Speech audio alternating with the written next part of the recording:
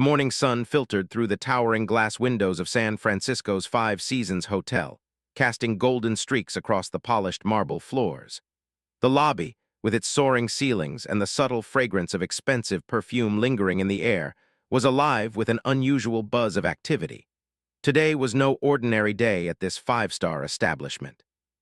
Victoria Ashford, Chief Innovation Officer of one of Silicon Valley's most prominent tech companies, stood in the center of this opulent setting, engaged in what appeared to be an intense conversation with a group of German investors. Her designer suit, impeccably tailored, spoke of power and success. Her posture radiated the confidence, or perhaps arrogance, that had become her trademark over the years. She smiled, but it was the practiced smile of someone who had learned to use charm as a weapon in the corporate battlefield. The German investors seemed hesitant, occasionally exchanging glances with each other as Victoria spoke. She was pitching them on a revolutionary technology initiative, her voice carrying that familiar tone of superiority that had made her both feared and respected in tech circles. She was so absorbed in her own rhetoric, so certain of her ability to bend these men to her will, that she failed to notice the shift in the atmosphere as the hotel's glass doors slowly opened. The man who entered was unlike anyone else in that glittering lobby. He wore simple clothes, a navy blue shirt and khaki pants, and walked with a quiet dignity that needed no announcement. His presence was magnetic not because of what he wore or carried, but because of something intangible that emanated from within. This was Ibrahim Traoré, President of Burkina Faso, one of the most principled leaders in modern African politics. He had come alone. No motorcade, no security detail, no photographers trailing his every step, no protocol officers or government vehicles waiting outside. Just a man on a mission, arriving at a scheduled meeting that could potentially transform not only his country's digital infrastructure, but also save Victoria's struggling company from impending collapse. But Victoria Ashford had not done her homework. She had glanced at the meeting request, seen the unfamiliar name, and made a dangerous assumption. She expected someone in a Western suit, someone who looked like the investors and power brokers she was accustomed to dealing with. She certainly didn't expect a man in simple, casual clothing to be the person she was supposed to meet.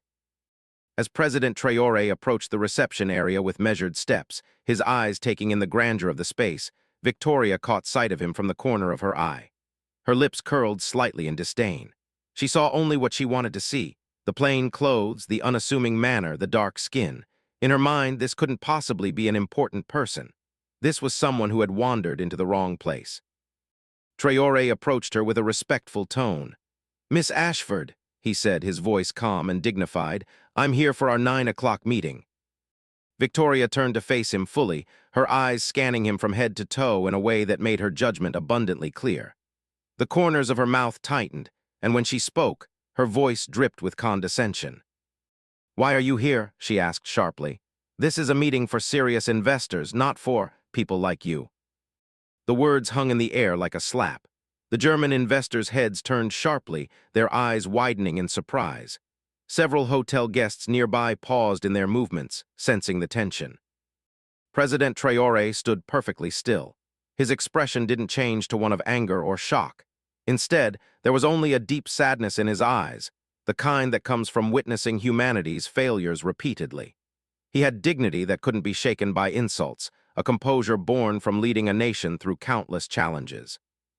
"I believe there may be a misunderstanding," he said quietly. "I have a confirmed appointment." Victoria cut him off with a wave of her hand, as if swatting away a fly. "I don't have time for this. Security!" Her voice rang out across the lobby, sharp and authoritative. "Please escort this man out. He's in the wrong place." The German investors looked at each other in alarm. Klaus, the senior member of their group, started to speak. "Victoria, perhaps you should verify." But she silenced him with another imperious gesture. "I don't waste my time on people who can't even dress appropriately for a business meeting."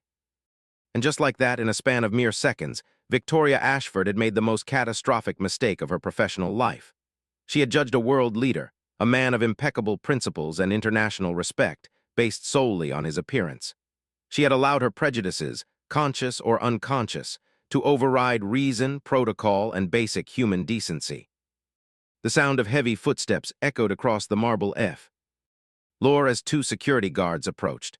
Jerome, the senior guard, A dignified older black man who had worked at the hotel for decades walked slowly toward President Traoré, his face showing visible distress. He recognized the cruel irony of the situation, a black security guard being ordered to remove a black head of state. "Sir," Jerome said softly, his voice filled with apology, "I've been instructed to ask you to leave. Please don't make this difficult." President Traoré looked at Jerome with understanding and compassion. He placed a gentle hand on the guard's shoulder. "You're just doing your job," he said. "Don't worry, some decisions are not our own, we're forced into them by circumstances." Jerome's eyes glistened. "I'm sorry, sir, this shouldn't be happening to someone like you." "Someone like me?" Traoré smiled sadly. "You mean a human being? That's the problem, my friend. In places like this, humanity is measured by clothing and appearances rather than character and dignity." The lobby had fallen into an uncomfortable silence. Guests whispered to each other, pulling out their phones. The German investors stood frozen, their faces showing a mixture of shock and embarrassment. They had begun to suspect who this man really was, and the realization of what was unfolding horrified them. Victoria, however, remained unmoved. Her arms were crossed, her chin lifted in that familiar posture of superiority. In her mind, she had just efficiently dealt with an interruption. She had no idea that she had just destroyed her own future with her own hands. As President Traoré walked toward the exit, flanked by Jerome, he paused at the glass doors. He turned back, his gaze sweeping across the lobby, taking in the scene one last time. His eyes briefly met Victoria's, and for a moment something passed between them, a silent communication of profound disappointment. "Dignity," he said, his voice carrying clearly across the now silent space, "is not found in clothes or titles. It's found in character, and today I've witnessed the true character of this place." With that, he walked out into the San Francisco sunlight, leaving behind a room full of people who were beginning to understand that something terrible had just occurred. The doors closed behind him with a soft whoosh, and the lobby remained silent for several long seconds. Then, slowly, the whispers began. Did he say he had a meeting? What was his name? Wait, didn't someone mention President Traoré? Victoria heard none of this. She had already turned back to the German investors, ready to resume her pitch. But Klaus was staring at her with an expression she had never seen before, pure, undisguised disgust. "Victoria," he said, his voice cold, "do you have any idea what you just did?" She laughed nervously. "I removed someone who was clearly in the wrong place. Can we get back to—" "That was President Ibrahim Traoré," Klaus interrupted, his voice rising. "The President of Burkina Faso, the man we told you about 3 weeks ago, the man whose investment could have saved your company." The color drained from Victoria's face. The room seemed to tilt around her. That's not possible," she whispered. "A president wouldn't come dressed like—" "He wouldn't." "Wouldn't what?" another German investor demanded. "Wouldn't dress casually, wouldn't come without an entourage. You judged him by his appearance, Victoria. You judged him by his skin color, and you've just committed professional suicide." The investors gathered their belongings in stony silence.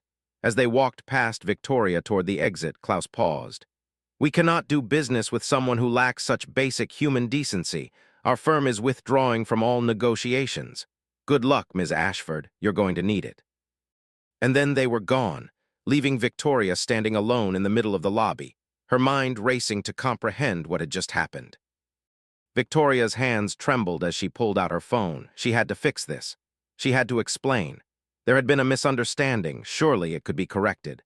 But even as these thoughts raced through her mind, a deeper voice whispered the truth. She had revealed who she really was, and no explanation could change that. Her assistant, Jenny, came running across the lobby, tablet in hand, her face pale with panic. "Ms. Ashford," she gasped, "have you seen? I need to show you." "Not now, Jenny," Victoria snapped, but her voice lacked its usual authority. "You need to see this, now." Jenny thrust the tablet toward her. Victoria's eyes fell on the screen, and her heart seemed to stop. There, in stark black and white text, was a comprehensive biography of Ibrahim Traoré, President of Burkina Faso, revolutionary leader, champion of African independence and dignity, one of the youngest and most respected heads of state in the world, fierce advocate against neocolonialism and for technological advancement in Africa, known internationally for his integrity, humility, and unwavering principles. The article was accompanied by dozens of photos, Traoré meeting with world leaders, speaking at the United Nations, being honored by various international organizations. In some photos, he wore formal attire. In others, he was dressed casually, exactly as he had been this morning. The caption under one such photo read, "President Traoré is known for his modest lifestyle and refusal to adopt the trappings of power. He often travels without security detail, drives his own vehicle, and dresses simply, believing that true authority comes from service, not symbols." Victoria's legs gave out. She sank into a nearby chair, the tablet slipping from her fingers. "That was him," she whispered. "That was actually him, and I called security. I had him thrown out." Jenny stood silently, not knowing what to say. What could be said? They both knew that this wasn't just a case of mistaken identity.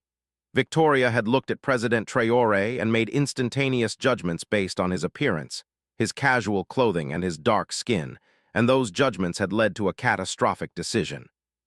"Get him on the phone," Victoria said suddenly, her voice desperate. "Call his office, call his hotel. I need to speak with him immediately." Jenny tried. For the next 20 minutes she made call after call. But the response was always the same. President Traoré was unavailable. His meetings had been rescheduled.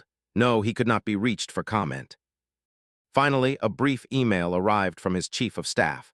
"President Traoré has no intention of rescheduling the meeting with your organization. He wishes you well in your future endeavors." The words were polite, professional, and utterly final. The door that had been open, the door that could have saved Victoria's company and transformed her career, had been slammed shut by her own hands. Victoria sat in her office for a long time, staring at nothing. The full weight of what she had done was slowly crushing her. This wasn't just a business mistake. This wasn't just a lost opportunity. She had humiliated a world leader based on prejudice and arrogance. She had confirmed every stereotype about American corporate culture's racism and elitism, and the whole world was about to find out. Within hours, the incident began to leak. It started with whispers among the hotel staff. Then a guest posted something cryptic on Twitter. "Just witnessed something disturbing at the Four Seasons. A black man was forcibly removed from the lobby for no apparent reason. Turns out he was someone important. More to come." The tech industry's gossip networks, notoriously efficient, picked up the scent of scandal. By late afternoon, Marcus, the company's CFO, burst into Victoria's office, his face ashen. "Please tell me it's not true," he said without preamble. "Please tell me you didn't actually have President Traoré removed from a meeting." Victoria couldn't meet his eyes. Her silence was answer enough. Marcus sank into a chair, his head in his hands. "My God, Victoria, do you have any idea what you've done? Do you understand the implications?" "I made a mistake," Victoria said, her voice hollow. "I didn't recognize him, I thought." "You thought what?" Marcus demanded, his anger breaking through. "You thought a black man in casual clothes couldn't possibly be important. You thought someone who didn't fit your narrow definition of power and authority must be nobody. Victoria, this isn't just a business disaster. This is a human rights catastrophe. This is international news, and this is going to destroy us." As if on cue, Victoria's phone began to buzz incessantly. Emails flooded in, text messages, calls from board members, investors, journalists. The story was breaking across multiple platforms simultaneously. Victoria Ashford, CIO of TechCore Solutions, allegedly had Ibrahim Traoré, President of Burkina Faso, forcibly removed from a scheduled investment meeting at San Francisco's Four Seasons Hotel. Sources say the president was denied entry based on his casual attire and appearance. Neither TechCore nor President Traoré's office has issued an official statement. The news spread like wildfire. Within hours, it was trending on Twitter under multiple hashtags: Respect African Leaders, #Justice for Traoré, #Tech Industry Racism. News outlets around the world picked up the story. In Burkina Faso, there was outrage. Across Africa, there was anger and a weary recognition of yet another instance of racial discrimination. In Silicon Valley, there was shock and a frantic scramble among companies to distance themselves from Victoria and TechCore. The German investment firm issued a statement. "We are appalled by the treatment of President Traoré and have withdrawn from all negotiations with TechCore Solutions. Such behavior is incompatible with our values of respect and dignity for all people." More investors followed. Within 24 hours, TechCore had lost not just the deal with President Traoré, but several other partnerships as well. The company's stock price began to fall. Victoria watched it all unfold from her office, paralyzed by the magnitude of her mistake. She wanted to issue a statement, to explain, to apologize, but her legal team advised against it. They were worried about lawsuits, about liability, about making things worse. But things were already as bad as they could possibly be. For 3 days, President Traoré remained silent. No official statement, no press conference, no angry denunciations, just silence. That silence was, in many ways, more damning than any words could have been. It gave the world time to reflect on what had happened. It gave space for others to voice their outrage. It gave Victoria time to fully comprehend the depth of her failure. Journalists tracked down hotel staff who had witnessed the incident. Their accounts were consistent. A well-dressed woman had ordered a dignified, polite man removed from the hotel simply because of his appearance. Security guards, including Jerome, gave interviews describing their discomfort at being forced to escort out someone who had done nothing wrong. "I knew something was off," Jerome told a reporter. "The way that man carried himself, the respect in his eyes even when he was being disrespected, that's not an ordinary person. That's someone who knows his own worth. And Ms. Ashford couldn't see it because she wasn't looking at his character. She was only seeing his skin and his clothes." The interviews went viral. People began connecting the incident to broader issues of racial profiling, corporate discrimination, and the tech industry's well-documented diversity problems. Think pieces appeared in major publications. "The President and the CEO, a study in dignity. How racism masquerades as professional standards. The African leader America couldn't see." Victoria's inbox filled with thousands of emails. Some were hate mail. Some were disappointed messages from colleagues. Some were from former employees sharing their own experiences of discrimination at TechCore. The picture that emerged was damning. Victoria had created a culture where appearance and conformity mattered more than substance and capability. The board of directors held emergency meetings. Shareholders demanded answers. The company's reputation was in freefall. And through it all, President Traoré remained silent. Until the 4th day. When President Traoré finally spoke, he did so from Ouagadougou, the capital of Burkina Faso. The press conference was announced with just an hour's notice, but journalists from around the world tuned in via livestream. Traoré stood before a simple backdrop, wearing his military fatigues, the uniform of a soldier who had risen to lead his nation. His expression was serious but not angry, disappointed but not defeated. "What happened to me in San Francisco," he began, his voice clear and steady, "was not an attack on my position as president. It was an attack on my humanity. It was an attack on my appearance, on my skin color, on the very idea that a person who looks like me could be someone of importance and dignity." He paused, letting his words sink in. "I have been thinking deeply about this incident, and I want to be very clear. This is not about one woman or one company. This is about a system of thought that still exists in our world, a system that judges people by external characteristics rather than internal worth, a system that equates power with particular kinds of dress, particular shades of skin, particular ways of speaking." The live stream had hundreds of thousands of viewers now, and the number was climbing.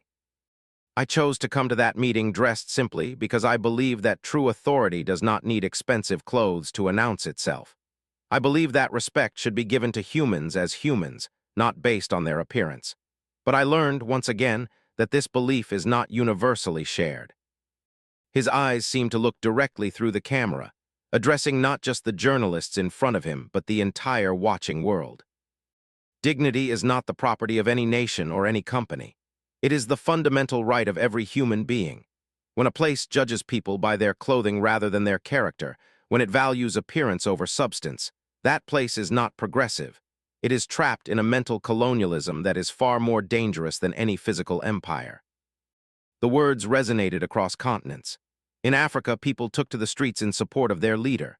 In Europe and Asia, commentators praised Traoré's eloquence and restraint. In America, the response was mixed. Some defended Victoria, claiming it was an honest mistake, while others saw it as yet another example of systemic racism. "I want to say something to those who defended Ms. Ashford's actions," Traoré continued. "They say she did not know who I was, but that is exactly the point. She did not need to know that. I was a president to treat me with respect.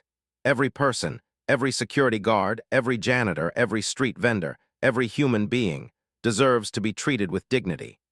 The fact that she treated me poorly because she thought I was nobody is even more damning than if she had known who I was and still chosen to be disrespectful. This point hit hardest of all. Victoria, watching from her apartment in San Francisco, felt each word like a physical blow. He was right. God help her, he was absolutely right. My silence over the past few days was not weakness, Traoré said, his voice growing stronger. It was a courtesy, a chance for reflection, for apology, for change. But when respect is met with arrogance, when opportunity for redemption is wasted, then silence must be broken. He concluded with words that would be quoted for years to come. Leadership is not measured by power, but by principles. A true leader can wear simple clothes and still command respect. A true leader can be disrespected and still maintain dignity. And a true leader knows that how we treat the seemingly powerless reveals more about our character than how we treat the powerful. The press conference ended, but its impact was just beginning. Victoria's lawyer, PR team, and board of directors held an emergency meeting that lasted until midnight. The conclusion was unanimous. Victoria needed to make a public apology, and it needed to be immediate, sincere, and without legal qualifications. This can't be a corporate statement, Marcus insisted. This has to be you personally acknowledging what you did wrong. Victoria nodded numbly. She had watched President Traoré's press conference 5 times, and each viewing had peeled away another layer of her self-delusion. She could no longer hide behind excuses or rationalizations. She had to face what she had done. The next morning, TechCore Solutions announced a press conference. The company's main conference hall was packed with journalists, cameras, and live-stream equipment. Every major news outlet was present. This was the story of the moment, the disgraced tech executive and her fall from grace. Victoria entered the room to a barrage of camera flashes. She wore a simple gray suit, no jewelry, her hair pulled back. She looked nothing like the confident, arrogant woman who had stood in the Four Seasons lobby 4 days earlier. She looked broken. She stepped to the podium, her hands gripping its edges for support. 4 days ago, she began, her voice shaking slightly, I committed an act that was not just a professional mistake but a moral failure. I want to speak directly about what happened without euphemisms or excuses. She took a breath, steadying herself. President Ibrahim Traoré came to the Four Seasons Hotel for a scheduled meeting. He was dressed casually in simple clothes. When I saw him, I made a judgment based entirely on his appearance. I saw a black man in casual clothing and decided without any investigation or thought that he could not possibly be important. I ordered security to remove him from the premises. I spoke to him with contempt and disrespect. And I did all of this because I allowed prejudice, conscious or unconscious, to override my humanity. The room was silent. Journalists scribbled notes. Cameras captured every word, every facial expression. I want to be clear, this was not a misunderstanding or a case of mistaken identity. This was racism. This was elitism. This was everything that is wrong with corporate culture and with me personally. I judged President Traoré not by his accomplishments, his intelligence, his character, or his dignity, but by his skin color and his clothes. And in doing so, I revealed my own lack of character. Victoria's voice cracked, but she pushed on. President Traoré is a man who has dedicated his life to his country and to principles of justice and equality. He has fought against colonialism, against corruption, against injustice. He came to our meeting with an opportunity that could have benefited millions of people. And I threw that opportunity away because I was too prejudiced, too arrogant, and too blind to see the human being standing in front of me. She paused, gathering her courage for what came next. I know that a public apology cannot undo what I did. I know that President Traoré has every right never to forgive me. But I want to apologize publicly, not because I expect forgiveness, but because it is the only honest thing I can do. President Traoré, I am deeply, profoundly sorry. You deserved respect, dignity, and courtesy, and I gave you the opposite. You taught me a lesson about true leadership, a lesson I should have learned long ago. Thank you for that, even though I did not deserve your patience or your grace. She looked directly into the cameras. To everyone watching, I want to say this. What happened to President Traoré could happen to anyone who doesn't fit the narrow definition of what powerful or important people are supposed to look like. It happens every day in corporate offices, in hotels, in stores, in every part of our society. I am not a victim in this story, I am the perpetrator. But I hope that by acknowledging my own prejudice, I can encourage others to examine theirs. She took a final breath. Effective immediately, I am resigning as Chief Innovation Officer of TechCore Solutions. The company deserves leadership that understands the value of every human being, regardless of their appearance. I will be stepping away from all public roles to reflect on my actions and to work on becoming the person I should have been all along. The announcement of her resignation caused a stir in the room, but Victoria didn't wait for questions. She stepped away from the podium and walked out, leaving behind the career she had built over 20 years. The resignation made headlines around the world. Some praised Victoria for taking responsibility, others said it was too little, too late. The debate raged across social media, in opinion columns, on television news programs. But one voice remained silent. President Ibrahim Traoré did not comment on Victoria's apology or resignation. His office issued a brief statement. President Traoré wishes Ms. Ashford well in her personal journey. He hopes that this incident will serve as a learning opportunity for leaders everywhere about the importance of treating all people with dignity and respect. The statement was gracious, more gracious than Victoria deserved. It left room for redemption without demanding it. TechCore Solutions underwent massive changes. Marcus, as the new CEO, implemented comprehensive diversity and inclusion training. He established partnerships with organizations focused on combating racial bias in the tech industry. He made public commitments to diversifying the company's leadership and workforce. The company's culture began, slowly, to change. Victoria, meanwhile, disappeared from public life. She moved out of her San Francisco apartment and relocated to a small town in Northern California. She began working with a therapist to understand the roots of her prejudices. She read extensively about racism, colonialism, and the experiences of people of color in America and around the world. It was painful work. It meant confronting the comfortable myths she had told herself her entire life, that she was a good person, that she judged people fairly, that she had earned her success purely through merit. It meant acknowledging that she had benefited from systems of privilege while simultaneously discriminating against others. 6 months after the incident, Victoria began volunteering at a nonprofit organization that helped immigrant entrepreneurs start businesses. She didn't announce her involvement publicly. She simply showed up, week after week, offering her expertise in business strategy and technology to people who were often dismissed or underestimated, just as she had dismissed President Traoré. She worked with a West African woman who was trying to launch a tech startup. She helped a Latino immigrant navigate the complex world of venture capital. She mentored a young black engineer who reminded her, painfully, of how she might have treated such a person in her previous life. Slowly through this work, Victoria began to understand what President Traoré had been trying to teach her, that dignity and worth are inherent in every person, regardless of their appearance, background, or status. She began to see people for who they truly were, not for how they appeared to her prejudiced eyes. A year after the incident, Victoria attended a technology conference in Los Angeles. She had been invited by Marcus to participate in a panel on corporate ethics, not as a speaker, but as a cautionary tale, someone willing to discuss her mistakes openly. She was sitting in the audience, listening to the keynote speech, when the speaker was announced. President Ibrahim Traoré, who was being honored for his work in promoting technological innovation in Africa while maintaining ethical standards and respect for human dignity. Victoria's heart raced. She hadn't known he would be there. Part of her wanted to leave immediately, but she forced herself to stay. She owed him at least the courtesy of listening. President Traoré took the stage to thunderous applause. He wore a simple suit, professional but not ostentatious. He smiled at the audience with genuine warmth. His speech was not about Victoria or the incident. He had moved far beyond that. Instead, he spoke about the future of technology in Africa, about the importance of ethical leadership, about the need to create systems that valued people over profits.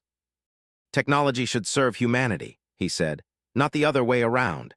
And humanity includes everyone, not just those who look a certain way or come from certain places or wear certain clothes. True innovation requires diverse perspectives, diverse voices, diverse leadership. When we exclude people based on appearance or prejudice, we don't just harm those individuals, we harm ourselves and our collective future. The audience was captivated. Victoria found tears streaming down her face as she listened. This man, whom she had humiliated and disrespected, was using his platform not for revenge but for education. He was teaching, leading, inspiring, doing exactly what a true leader should do. After the speech, there was a reception. Victoria debated whether to attend. What could she possibly say to him? How could she face him after what she had done? But she went. She owed him that much. She stood at the edge of the room, watching him interact with other attendees. He was gracious with everyone, giving each person his full attention, listening carefully to their ideas and concerns.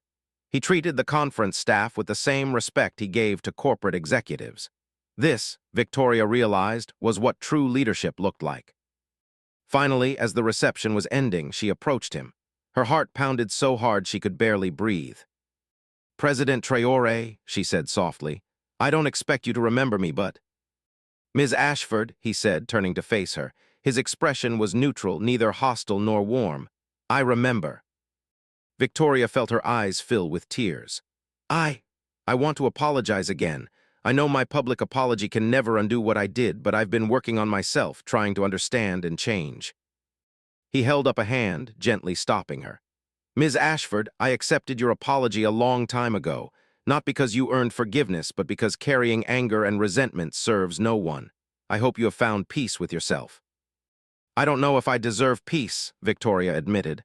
"What I did to you—" "What you did," Traoré said quietly, "was reveal a problem that exists in many places and in many hearts. You became the face of something larger than yourself. That is a heavy burden, but it is also an opportunity. The question is not whether you deserve peace, but what you will do with the lessons you have learned." Victoria nodded, unable to speak. After a moment, she managed to say, "I've been working with immigrant entrepreneurs, trying to help people who are often overlooked, dismissed, underestimated, the way I once." "That is good work," Traoré said. "Continue it. And Ms. Ashford, when you work with these people, remember this: they are not projects for your redemption. They are human beings with their own dreams, their own dignity, their own worth. Help them because they deserve help, not because you need to feel better about yourself." The words were gentle but firm. They cut through to the truth of what Victoria still needed to learn. "You're right," she said. "Thank you for everything, for the lesson, even though I learned it in the worst way possible." Traoré nodded slightly. "We all make mistakes, Ms. Ashford. The measure of a person is not whether they fall, but whether they choose to learn and grow from the fall. I wish you well on that journey." He turned to leave, then paused and looked back at her.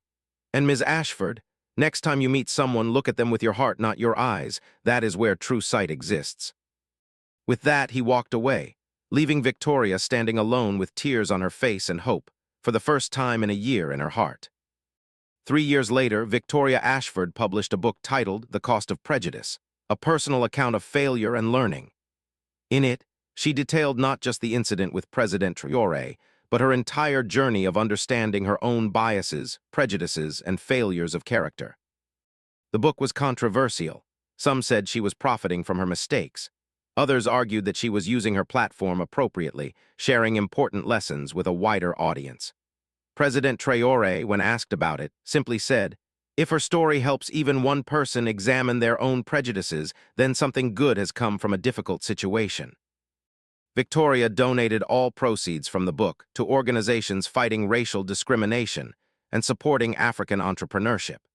She continued her work with immigrant entrepreneurs, expanding it into a full nonprofit organization that provided mentorship, funding, and support to people from underrepresented communities trying to break into the tech industry. She never returned to the corporate world she had once dominated. She realized that her skills and experience were better used in service of others rather than in pursuit of personal power and prestige. TechCore Solutions eventually recovered from the scandal, becoming known as one of the more diverse and inclusive companies in Silicon Valley. Marcus led a transformation that went beyond superficial changes, creating real pathways for people of all backgrounds to succeed. President Ibrahim Traoré continued his work in Burkina Faso and on the international stage, advocating for African dignity, technological advance, meant and ethical leadership. He never spoke publicly about Victoria again, but his example, his grace under disrespect, his commitment to principles over ego, his belief in human dignity, inspired millions around the world. The incident at the Four Seasons Hotel became a case study in business schools and ethics classes. It was referenced in discussions about unconscious bias, racial profiling, and corporate culture. It served as a stark reminder of how quickly prejudice can destroy relationships, opportunities, and lives. But perhaps the most important legacy of that morning in San Francisco was this. It showed that redemption is possible, but only through genuine change. Victoria Ashford lost her career, her reputation, and her sense of self. But in that loss, she found something more valuable: the ability to see people as they truly are, to value dignity over appearance, to lead with humility rather than arrogance. And President Traoré's lesson, that dignity resides not in clothes or titles but in character, continued to resonate long after that morning, reminding everyone who heard his story that true leadership is measured not by power but by principles, not by appearance but by actions, not by what we demand from others but by what we give. Respect, dignity, and recognition of our shared humanity. In the end, the story of Victoria Ashford and Ibrahim Traoré became more than just a cautionary tale about prejudice. It became a testament to the possibility of transformation, the power of dignity, and the enduring truth that character matters more than appearance. The incident at the Four Seasons Hotel created ripples that extended far beyond Victoria Ashford's personal downfall. In corporate boardrooms across America and Europe, executives began to examine their own practices and biases. How many qualified candidates had been overlooked because they didn't fit a certain image? How many brilliant minds had been dismissed because of their appearance, accent, or background? One of the most unexpected consequences occurred at the Four Seasons Hotel itself. Jerome, the security guard who had been forced to escort President Traoré out, became an unlikely spokesperson for workers who face ethical dilemmas in their jobs. He gave several interviews in which he spoke eloquently about the moral distress of being ordered to do something he knew was wrong. "I looked at that man," Jerome told a journalist, "and I just knew that something was off about the whole situation. But I'm a security guard, I follow orders. I have a family to feed, bills to pay. So I did what I was told, even though every fiber of my being was screaming that it was wrong." His honesty sparked a broader conversation about the ethics of just following orders and the responsibility of individuals to question authority when it demands immoral actions. The hotel management, initially defensive, eventually implemented new training programs for staff on recognizing and resisting discriminatory orders. Jerome himself was promoted to head of security training, where he used his experience to teach new guards about the importance of treating every person with dignity, regardless of how they're dressed or who orders them around. Klaus and the other German investors who had witnessed the incident also played a crucial role in the story's aftermath. Their immediate withdrawal from negotiations with TechCore sent shockwaves through the investment community. In a detailed statement released a week after the incident, Klaus explained their decision. "We did not withdraw our investment because of a simple misunderstanding or a case of mistaken identity. We withdrew because we witnessed a fundamental failure of character and values. Ms. Ashford's treatment of President Traoré revealed a corporate culture that we cannot, in good conscience, support with our capital. As investors, we have a responsibility that goes beyond financial returns. We must ask ourselves, what kind of world are we building with our money? What values are we reinforcing? What behaviors are we rewarding?" In this case, the answers were clear and they were unacceptable.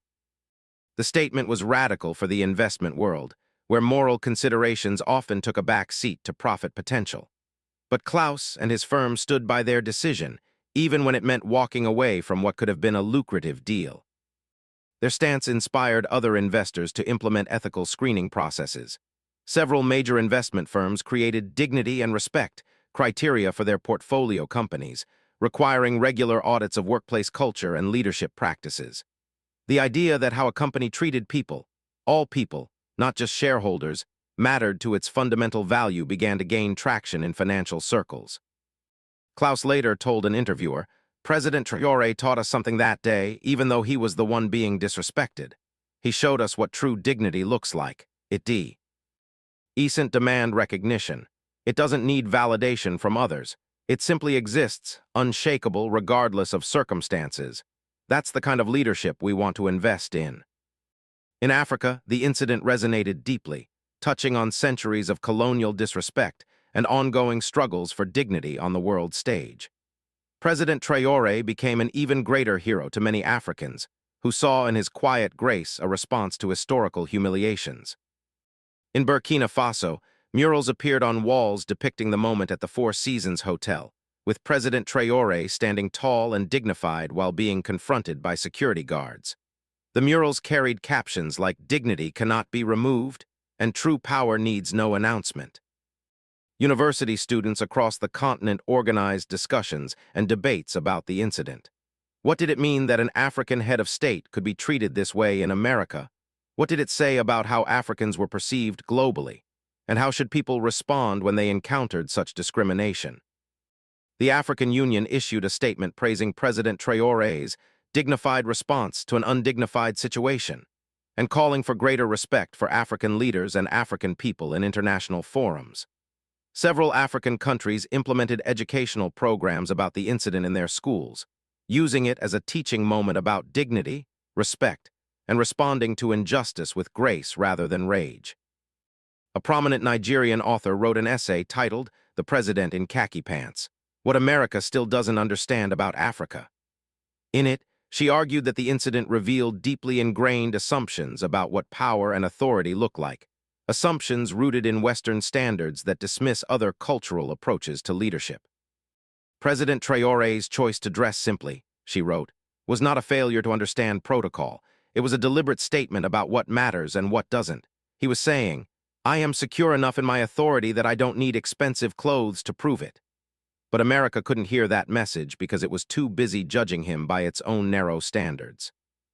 The essay went viral, sparking conversations about cultural imperialism, respectability politics, and the enduring legacy of colonialism in how people are perceived and valued.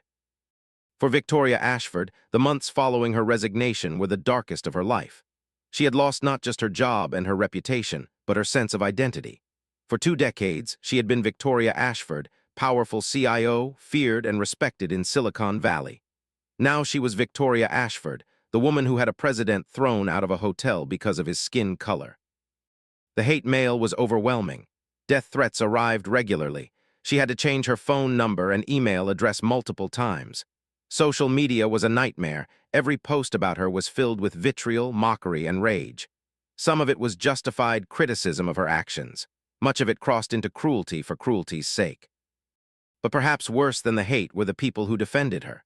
They appeared on conservative talk shows and websites, arguing that she had done nothing wrong, that the president should have dressed appropriately, that she couldn't be expected to recognize every world leader, that this was all political correctness run amok. These defenses made Victoria feel sick. She didn't want to be the poster child for people who refused to acknowledge racial bias. She didn't want her mistake to be minimized or explained away. She wanted to own it, to learn from it, to change because of it. The therapy sessions were brutal. Her therapist, Dr. Sarah Chen, didn't let her off easy. "You want to believe that this was an isolated incident," Dr. Chen said during one session. "You want to believe that you're a good person who made one mistake. But Victoria, good people don't immediately assume that a black man in casual clothes must be unimportant. That assumption came from somewhere. We need to explore where." The exploration was painful. Victoria had to confront the subtle ways she had internalized racist ideas throughout her life. The way she had clutched her purse tighter when black men entered elevators.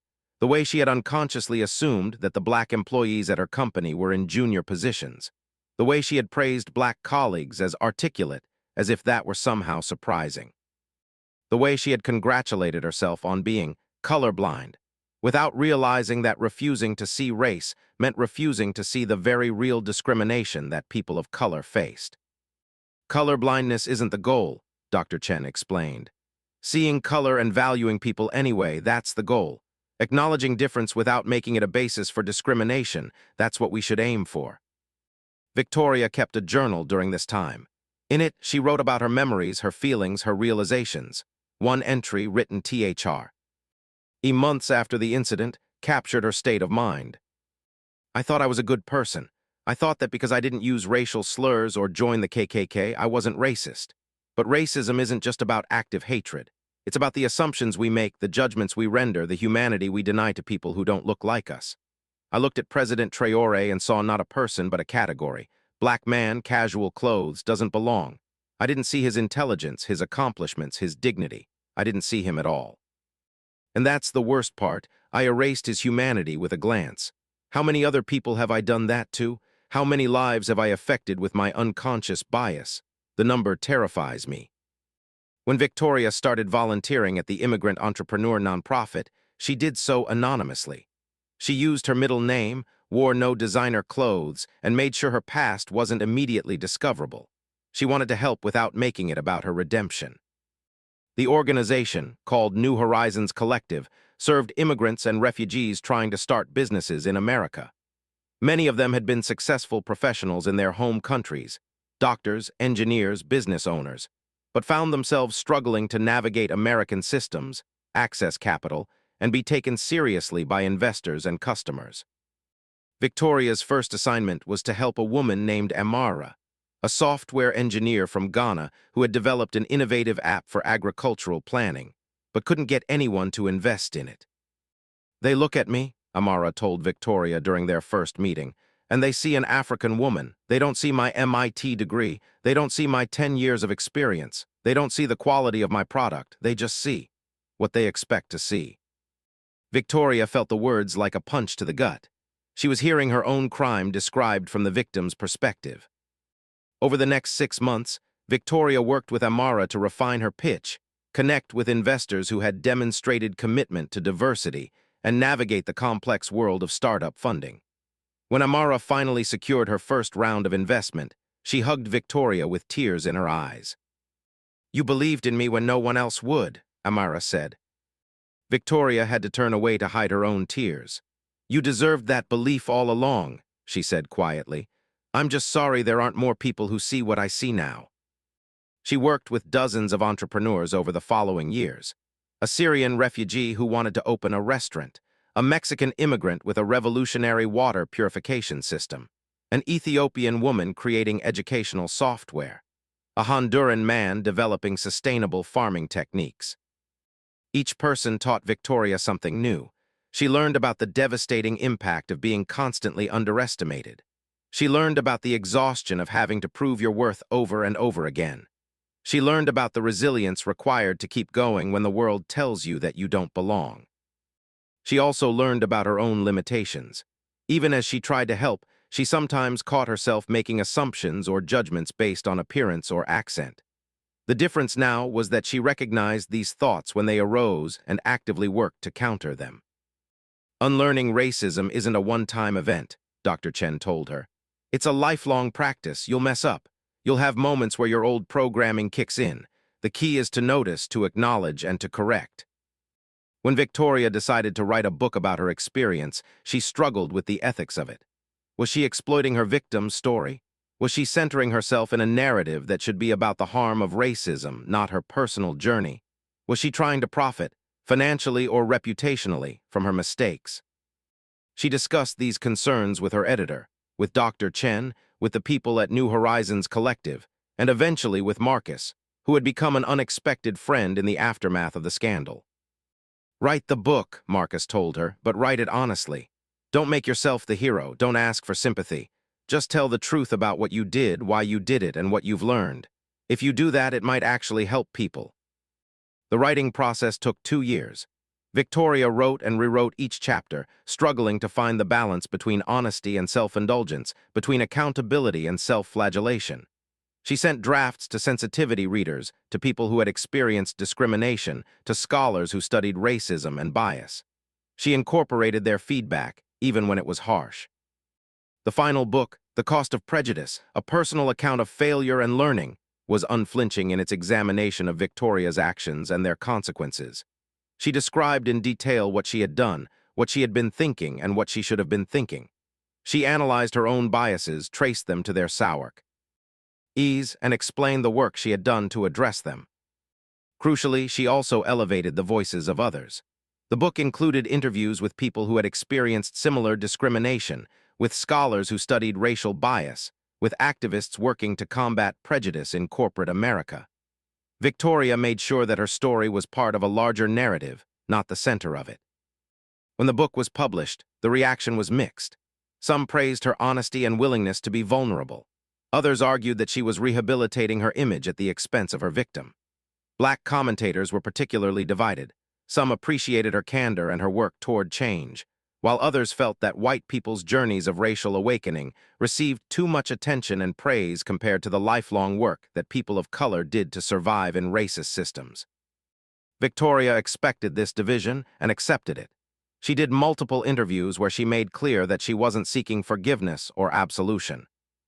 "I wrote this book," she told one interviewer, "not because I think I deserve redemption, but because I think people need to understand how easy it is to be prejudiced without realizing it. I was someone who thought I was progressive, who thought I judged people fairly, who thought I wasn't racist. And I was wrong about all of those things. If sharing my failure helps even one person recognize their own biases, then the discomfort of publishing this book will have been worth it." While Victoria was working on her personal transformation, President Ibrahim Traoré continued his work on the global stage. The incident at the Four Seasons, rather than diminishing his stature, had enhanced it. He was invited to speak at universities, international forums, and corporate gatherings around the world. His message remained consistent. Dignity is not negotiable, and true leadership requires moral courage, not just political power. He established the Dignity Initiative, a foundation that provided scholarships to young Africans studying technology, engineering, and business. The foundation's motto was simple: character over appearance, substance over style, humanity over hierarchy. In Burkina Faso, he continued his work to transform the country's infrastructure and economy while maintaining his commitment to simplicity and accessibility. He still drove his own car occasionally. He still wore simple clothes when circumstances didn't require formal attire. He still insisted that his security detail maintain a low profile, believing that a leader who needs an army of guards to move among his people has already failed. In interviews, he occasionally referenced the Four Seasons incident, but never with bitterness or anger. "It happened in San Francisco," he told a journalist from The Guardian, "was unfortunate, but it was also educational. It showed the world that we still have work to do in terms of how we perceive and value different kinds of people. I could have responded with outrage, with demands for punishment, with public condemnation. But what would that have accomplished? Instead, I chose to let my silence speak, and then to let my words teach. I believe that approach had more impact than anger ever could have." When asked if he had forgiven Victoria Ashford, he smiled gently. "Forgiveness is not something that happens once," he said. "It's a choice we make repeatedly. Yes, I have forgiven her, not because she earned it or because she deserves it in some objective sense, but because holding on to anger would only hurt me, not her. I hope she has learned from the experience. I hope others have learned as well. That's all I can ask for." His grace and wisdom made him an even more respected figure on the world stage. Leaders sought his counsel. Young people idolized him. Organizations requested his presence at their events. He became, in many ways, the moral conscience of a generation of leaders who were trying to navigate complex ethical questions in an increasingly interconnected world. The encounter at the Los Angeles Technology Conference, where Victoria and President Traoré spoke briefly, was not their last interaction. 6 months later, Victoria received an unexpected email. It came not from President Traoré himself, but from his chief of staff. The message was formal but cordial. "Dear Ms. Ashford, President Traoré will be visiting San Francisco next month for a series of meetings on technological cooperation between African nations and American companies. He has expressed interest in visiting New Horizons Collective to learn more about your work with immigrant entrepreneurs. If you are willing to host such a visit, please let us know. Sincerely, Pierre Ouedraogo, Chief of Staff to the President." Victoria read the email 3 times, her hands shaking. President Traoré wanted to visit her nonprofit after everything that had happened. She called Marcus immediately. "Is this real? Is this some kind of test or P?" Marcus laughed. "Victoria, not everything is about you or your redemption. He probably genuinely wants to see the work you're doing. The question is, can you handle having him there without making it weird?" Victoria spent the next week in a state of anxious preparation. She cleaned the nonprofit's office space obsessively. She briefed the entrepreneurs they were currently working with, wanting to make sure they understood who President Traoré was and why his visit was significant. She practiced what she would say, how she would greet him, how she would behave. Dr. Chen, in their therapy session, provided a reality check. "Victoria, you're spiraling. Just be professional, be respectful, and let the work speak for itself. He's not coming to judge you. He's coming to see what you've built." The day of the visit arrived. President Traoré came with a small delegation, his chief of staff, an aide, and 2 members of his technology initiative team. He wore a simple suit and smiled warmly when he entered the New Horizons office. "Ms. Ashford," he said, shaking her hand, "thank you for welcoming us." "Thank you for coming, Mr. President," Victoria replied, her voice steadier than she felt. "We are honored by your interest in our work." She gave him a tour of the facility, introducing him to several of the entrepreneurs currently in the program. President Traoré spoke with each person at length, asking detailed questions about their businesses, their challenges, their goals. He listened intently, took notes, and offered occasional insights from his own experience. He spent nearly an hour with Amara, discussing her agricultural app and its potential applications in Burkina Faso. "This is exactly the kind of innovation we need," he told her. "Technology that serves real people, solves real problems, and doesn't require massive infrastructure investments. Would you be interested in exploring a partnership with our government?" Amara's eyes widened with excitement and disbelief. A partnership with a national government? For her small startup? Victoria watched the interaction with a mixture of pride and humility. This was what happened when people were valued for their abilities rather than judged by their appearance. At the end of the visit, President Traoré asked to speak with Victoria privately. Her heart raced as they stepped into her small office. "I wanted to thank you," he said simply. Victoria stared at him in confusion. "Thank me for what?" "For doing this work, for choosing to use your skills and experience in service of people who need support, for learning from your mistakes rather than hiding from them." He paused, then continued. "Many people, when they fail as publicly as you did, retreat into defensiveness or despair. You did neither. You faced what you had done, took responsibility, and tried to do better. That takes courage." Victoria felt tears pricking her eyes. "I don't deserve your kindness, Mr. President, what I did to you." "What you did to me is in the past," he interrupted gently. "What matters now is what you're doing today and what you'll do tomorrow. I came here not to rehash old wounds, but to acknowledge real growth. You're not the same person who stood in that hotel lobby 3 years ago. That's worth recognizing." "I think about that day every single day," Victoria admitted. "The shame doesn't go away." "Nor should it," President Traoré said. "But shame that leads to change is different from shame that leads to paralysis. You've chosen change. Continue on that path." He stood to leave, then turned back with a slight smile. "And Ms. Ashford, the next time we meet, I'll probably be wearing casual clothes again. I hope that's all right with you." Despite herself, Victoria laughed, a real, genuine laugh that released some of the tension she'd been carrying. "I promise to judge you solely by your character, Mr. President." "That's all any of us can ask," he replied. After he left, Victoria sat in her office for a long time, processing what had just happened. President Traoré had given her something she hadn't thought possible, a path forward that didn't require constant self-flagellation. He had shown her that accountability and growth could coexist, that past mistakes didn't have to define a person's entire life. She picked up her phone and called Dr. Chen. "I think," she said slowly, "I might finally be ready to forgive myself, not forget what I did, but forgive myself for having done it." "That's the work," Dr. Chen replied warmly. "That's exactly the work." 5 years after the Four Seasons incident, the story had become part of the broader cultural conversation about racism, prejudice, and redemption.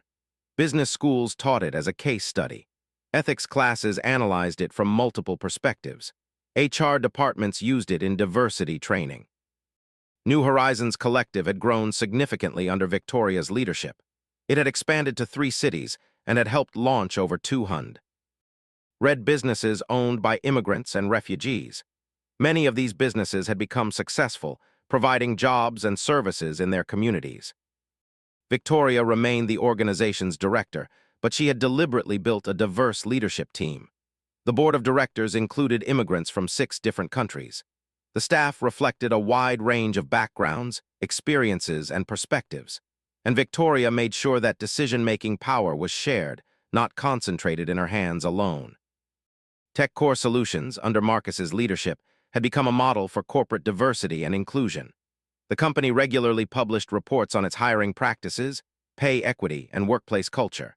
It had established partnerships with historically black colleges and universities, with Hispanic-serving institutions, and with organizations supporting immigrant entrepreneurs. The company's success proved that ethical business practices and profitability weren't mutually exclusive. President Traoré continued his work in Burkina Faso and beyond. The Dignity Initiative had provided scholarships to thousands of young Africans, many of whom were now returning to their home countries with advanced degrees and innovative ideas. His model of leadership, principled, accessible, focused on service rather than power, had inspired other African leaders to reimagine what governance could look like. The ripple effects of that morning in San Francisco continued to spread. Hotels and corporations updated their protocols for treating all guests and visitors with respect, regardless of appearance. Investment firms developed ethical screening criteria. Security professionals received training on recognizing and resisting discriminatory orders. But perhaps the most important legacy was the conversation itself. People talked about what had happened. They debated it, analyzed it, learned from it.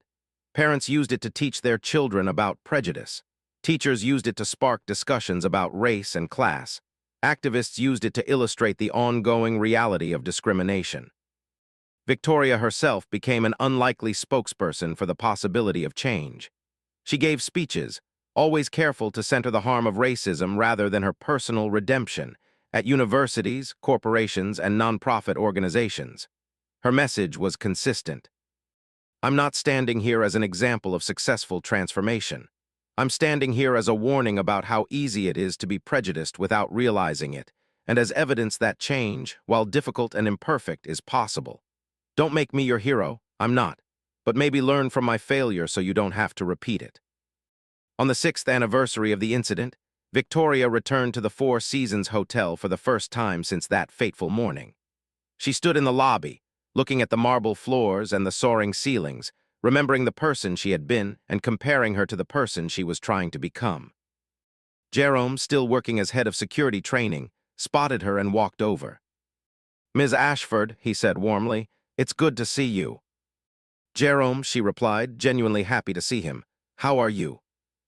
They talked for a few minutes about their respective work, about the changes in the hotel and in the industry, about the ongoing challenges of creating truly inclusive spaces.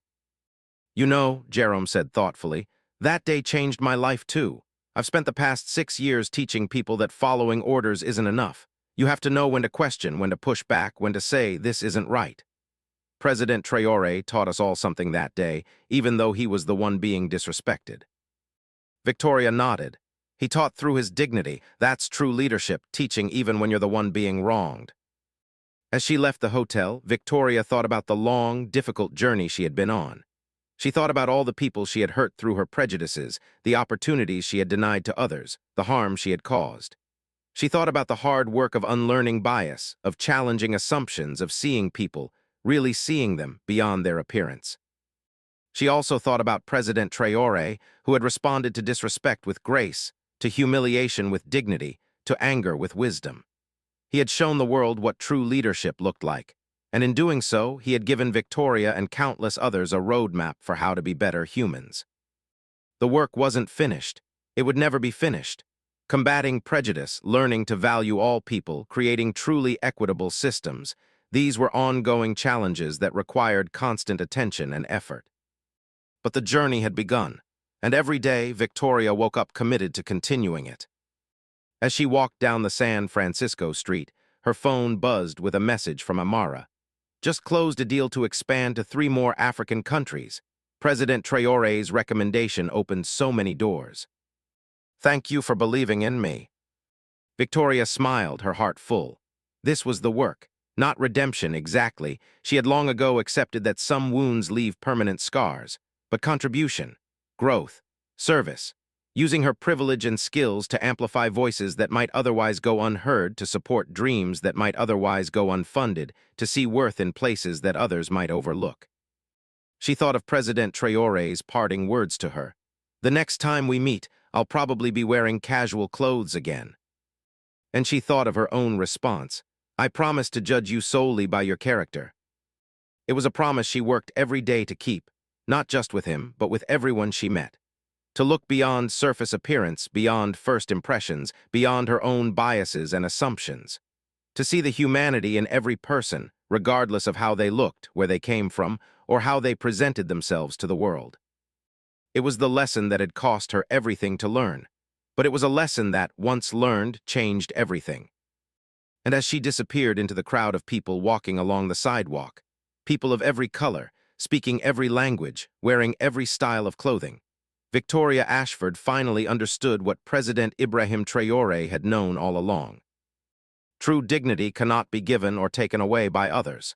It exists within every human being, waiting to be recognized and respected. The only question is whether we have the wisdom and courage to see it.